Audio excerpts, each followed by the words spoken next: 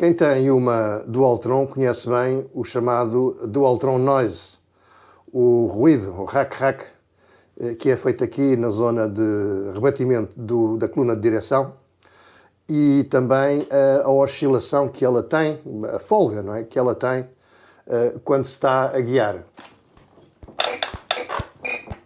Há algumas soluções no mercado para isso, e eu vou abordar talvez aquela que é a mais económica de todas, já a seguir ao genérico da Man on Wheels.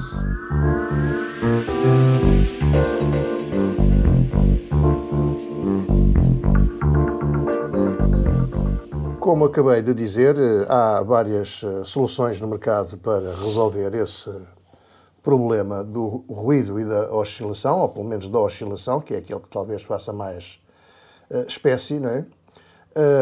Coisas como esta, que ainda assim custam, portos incluídos, qualquer coisa como 60 euros, e que substituem aquela peça que ali está, e até com alguma vantagem, porque pode-se pôr o LED bar.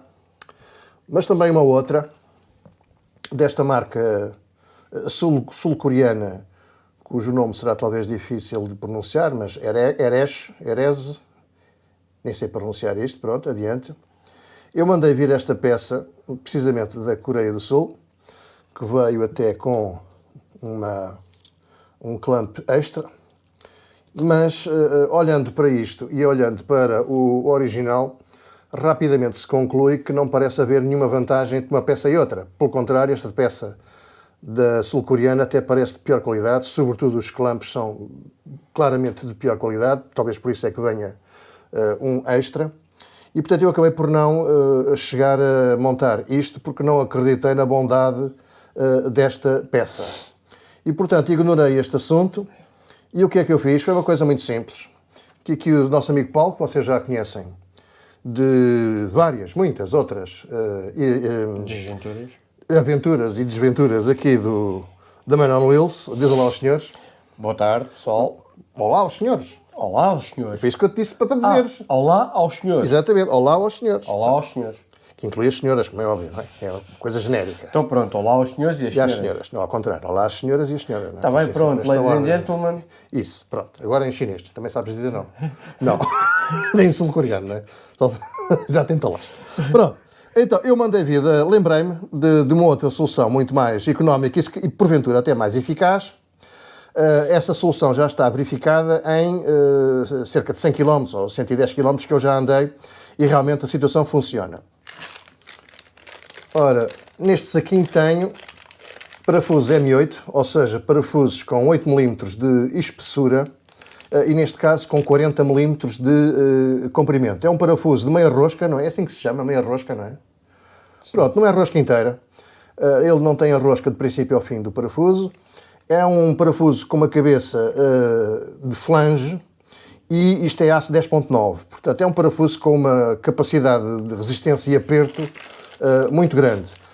Estes foram os parafusos originais que eu mandei vir, com 40 mm, mas depois concluí que os 35 seriam mais do que suficientes e não ficaria com tanto parafuso, particularmente na parte final da rosca à vista.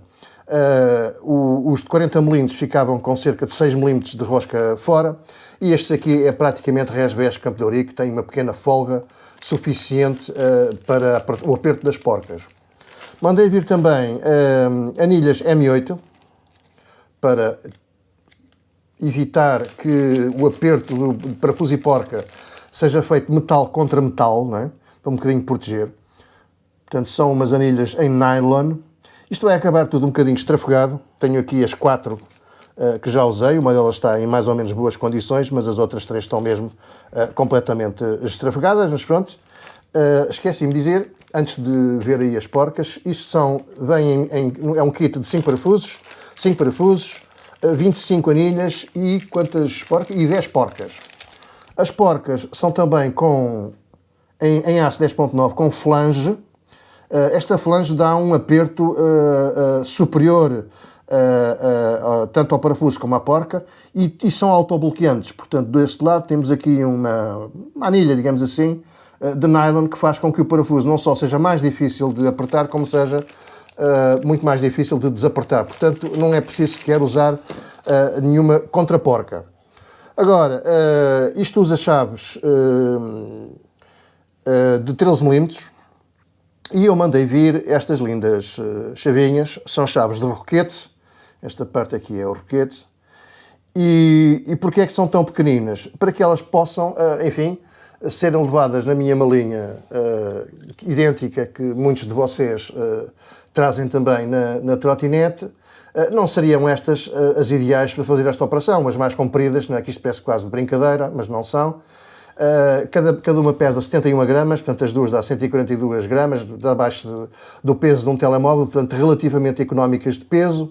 Também são baratas e pequeninas, portanto boas para trazer na mala. Serve isto para quê?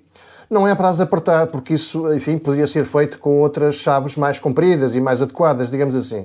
Numa situação por exemplo, de um furo, em que é preciso depois, então, rebater o guiador, é preciso, então, desapertar isto, não é? E daí estas duas chaves pequeninas para nos fazerem a vida mais fácil, caso contrário, não íamos, o aperto é de tal forma que não íamos conseguir abrir os parafusos. Vamos começar por medir esta distância para depois sabermos qual é a diferença entre o aperto que dá estes clampos e depois o aperto que dá os parafusos. Ora, aqui temos 21,61, mais coisa menos coisa, não é? E pronto, e agora vamos retirar estes clampos, guardá-los no frigorífico para não se estragarem.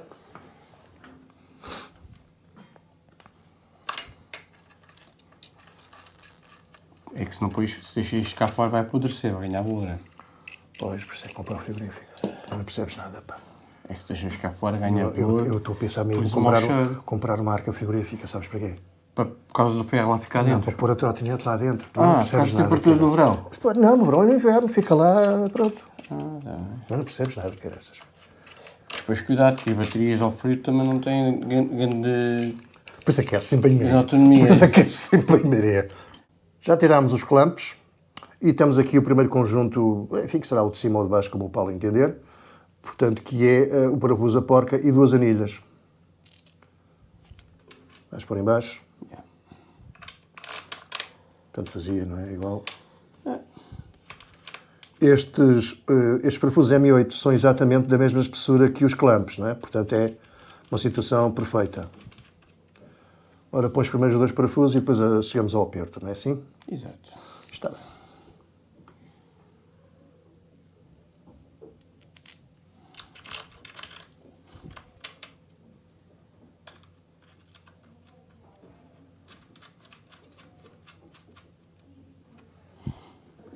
O Paulo vai usar aqui as chaves que eu mencionei.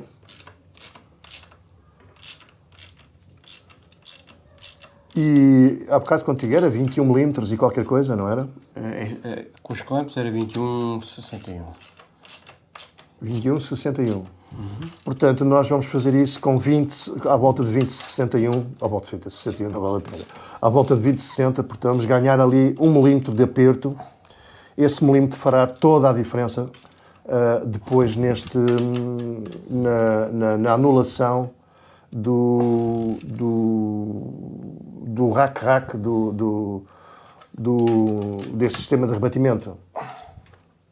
E o eixo da coluna de direção vai ficar completamente fixa. Ora, isto deve-se apertar até um certo ponto.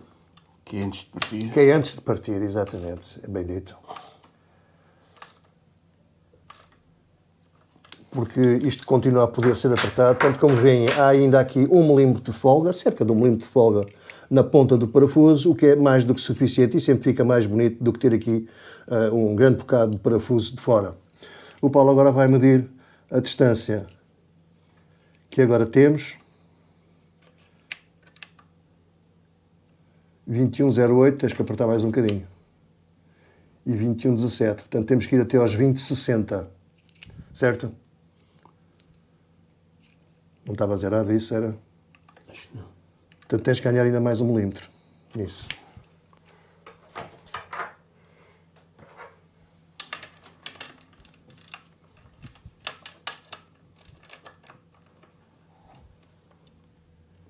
Estas chaves não são bem ideais para fazer esta força. Mas não é que não tenhamos aqui outras chaves, temos, mas estamos a fazer com estas deliberadamente. Porque na realidade não são precisas outras, estas fazem o serviço. Ora, mede, o milímetro ganha-se muito rapidamente, não é assim? Acho que não. Ainda não está? Vamos medir outra vez. Este é mais para vocês terem algum ponto de referência, não é? De quanto apertar isto sem ser até ao exaustão. Ainda tens que apertar um bocadinho mais, pô. Ora, então, desististe e vais usar outro tipo de chaves, é isso? Claro. Não consegues mais com as outras, é isso? Estas não fazem força. Concluímos que aquela chave é um bocadinho curta para um aperto tão violento, meio que mudamos de chave e tudo agora já é diferente. Este aperto já está muito mais conseguido.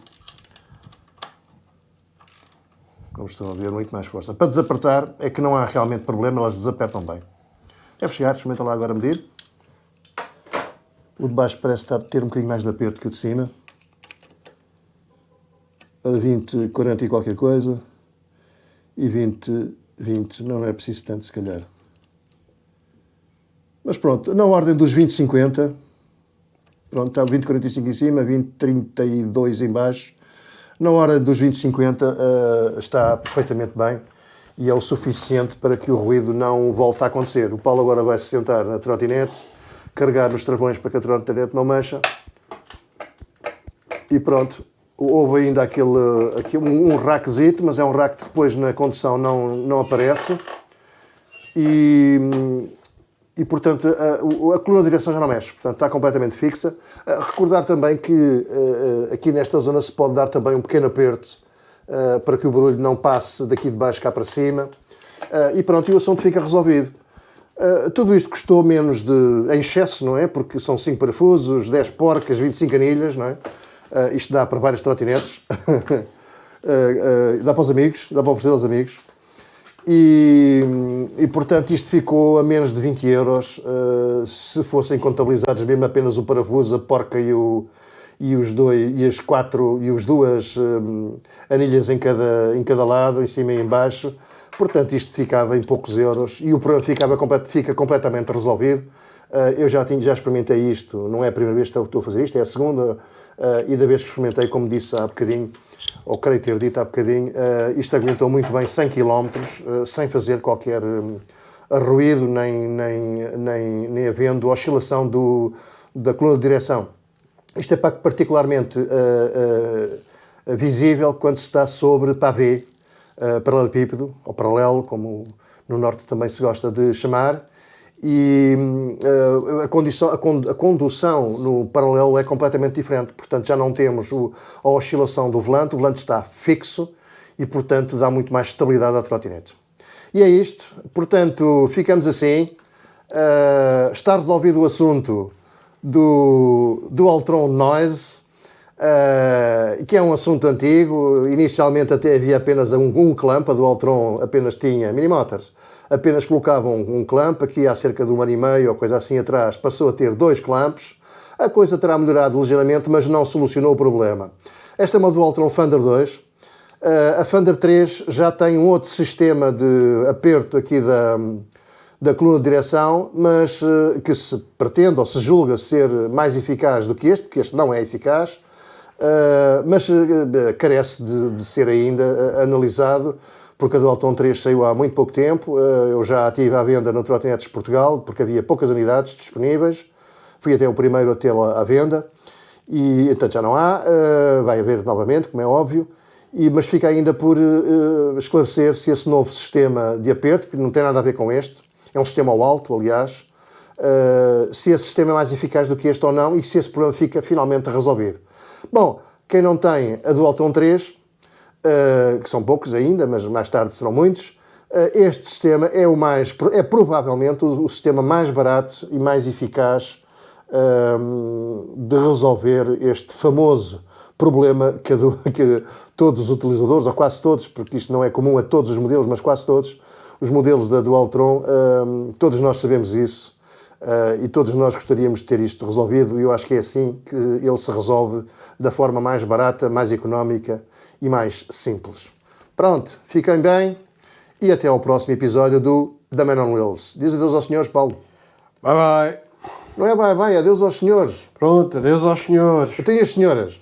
Estou em casa, pá. As senhoras estão em casa? Então, mas tem que se dizer às senhoras na mesma. Falas tu, pá. Adeus às senhoras. Ele diz adeus aos senhores, eu digo adeus às senhoras. Pronto. Cada um tem os seus gostos, não é? Agora lixaste. Já falámos melhor. Agora lixaste.